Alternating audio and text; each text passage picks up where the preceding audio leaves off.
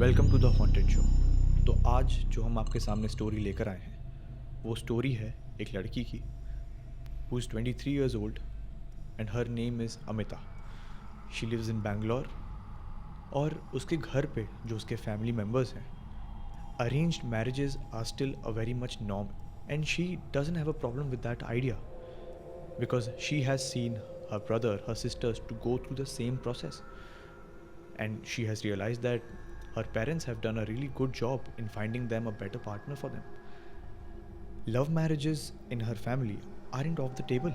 In fact, अगर कोई ऐसा लड़का है जो उसे पसंद नहीं आता है, उसके जो पेरेंट्स हैं वो completely उसके सपोर्टिव होंगे and till the time she agrees to get married with someone वो कभी आगे कोई स्टेप नहीं लेंगे. So they are very, very supportive of her. One day, her mother, she suddenly comes to her and tells her that I have a news for you. Amita gets puzzled. उसे समझ में नहीं आता है कि क्या होने वाला है. She says, what happened, ma? And her mom says, I have found a husband for you. Amita is shocked at the moment. She doesn't realize what to say. तो उसकी मॉम को लगता है कि she doesn't want to get married. तो वो उसे पूछती हैं कि is everything fine? She says, yes, of course. Just that I did not know how to respond. Amita says, do I know him? Who is he? I want to know his name. Her mom says कि you don't know him but you know Auntie Chanda and Uncle Raj? She says yes. तो उसकी mom बताती हैं कि they are very close friends with us और उनका एक बेटा है. He's 25 years old, he's an engineer from MIT. And the more she tells about him, the more excited Amita gets. उसकी मॉम उसे बताती हैं कि उसे ट्रैवल में और फोटोग्राफी में बहुत ज़्यादा इंटरेस्ट है. अमिता ने आंटी और अंकल को कभी कभी फ़ोन पे बात करते हुए सुना था, लेकिन वो कभी उनसे मिली नहीं थी. और जब उसे पता चला कि उनका एक बेटा है who is ready to get married, वो बहुत ज़्यादा एक्साइटेड थी. वो जानने की कोशिश कर रही थी कि वो है कौन. तो उसकी मॉम ने बताया दैट हिज नेम इज़ मधु और वो 25 साल का है और उसके इंटरेस्ट के बारे में बताया. And what was exciting was they had same goals in life, same expectations around the marriage. और जैसे ही वो जितना मधु के बारे में सुनते जा रही थी, she was getting more excited and she couldn't wait to meet him.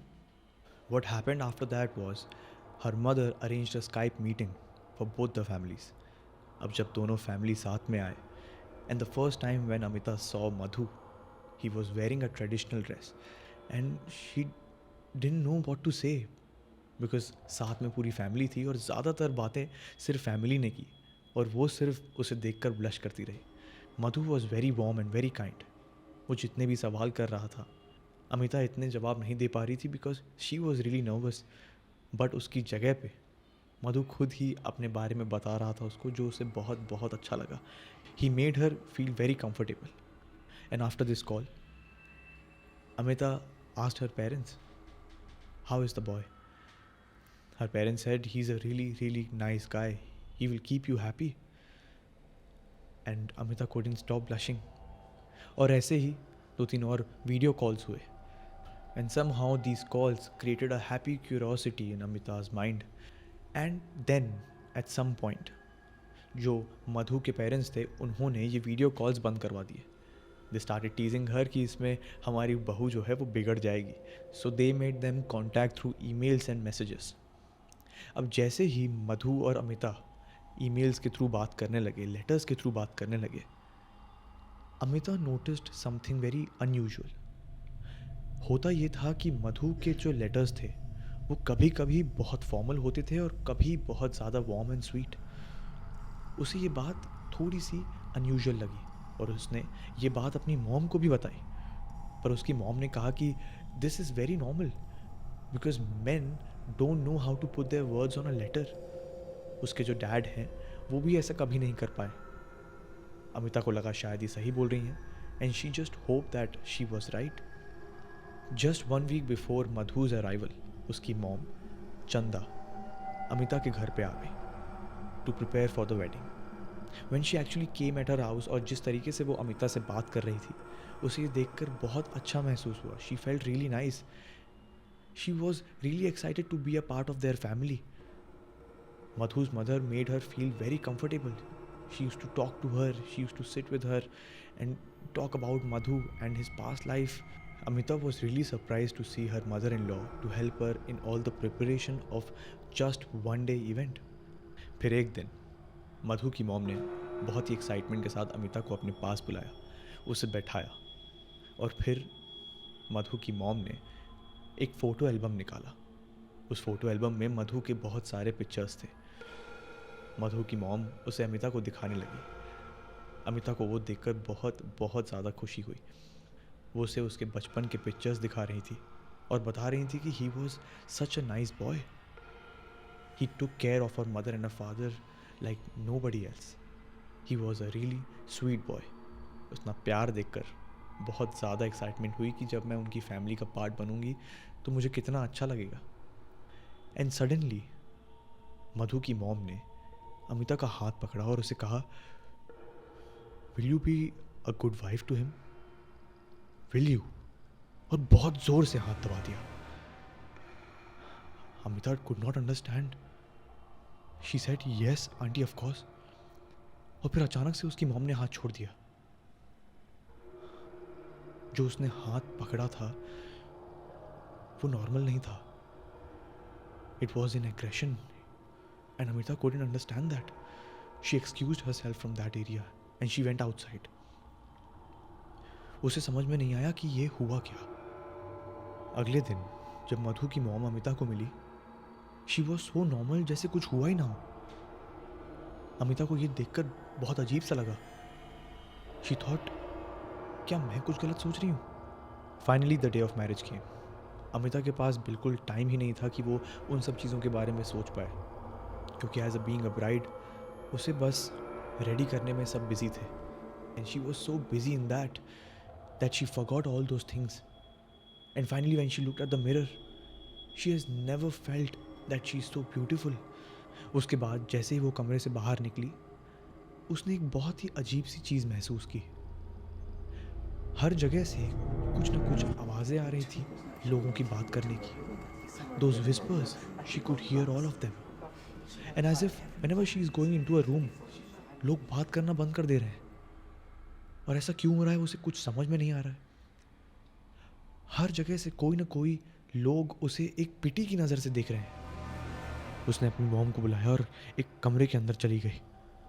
उसने अपनी मॉम से पूछा कि ये हो क्या रहा है, लोग इतनी बातें क्यों कर रहे हैं, लोग इतने अजीब तरीके से मुझे देख क्यों रहे हैं।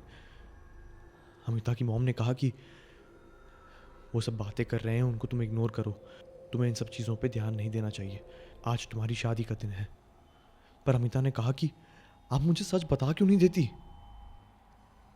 उसकी मॉम ने कहा कि कुछ नहीं है, चुपचाप चलो, सब तुम्हारा इंतज़ार कर रहे हैं।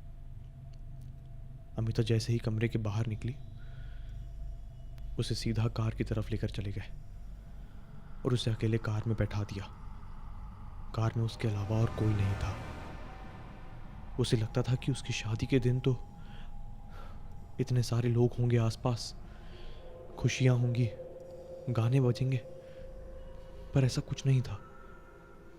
वो अकेली थी गाड़ी में और उसे कहीं ले जाया जा रहा था। जब गाड़ी रुकी और वो बाहर उतरी, उसकी दो बहनें बाहर खड़ी थी। उसने अपनी बहनों से पूछा कि हम यहाँ क्या कर रहे हैं और कहाँ हैं सब लोग। उसकी बहनों ने कुछ जवाब नहीं दिया। वो एक मंदिर के बाहर खड़े थे और वहाँ शायद 3 से 4 गाड़ियाँ थी बस। उसके पापा आए उसके पास और उसका हाथ पकड़ा और उसे मंदिर की तरफ लेकर चलने लगे। अमिता ने पापा से पूछा कि मुझे कुछ ठीक नहीं लग रहा है, आप मुझसे कुछ छुपा रहे हैं क्या। उसके पापा ने बोला कुछ नहीं, जस्ट ट्रस्ट मी, सब ठीक हो जाएगा, और उसे अंदर लेकर चले गए।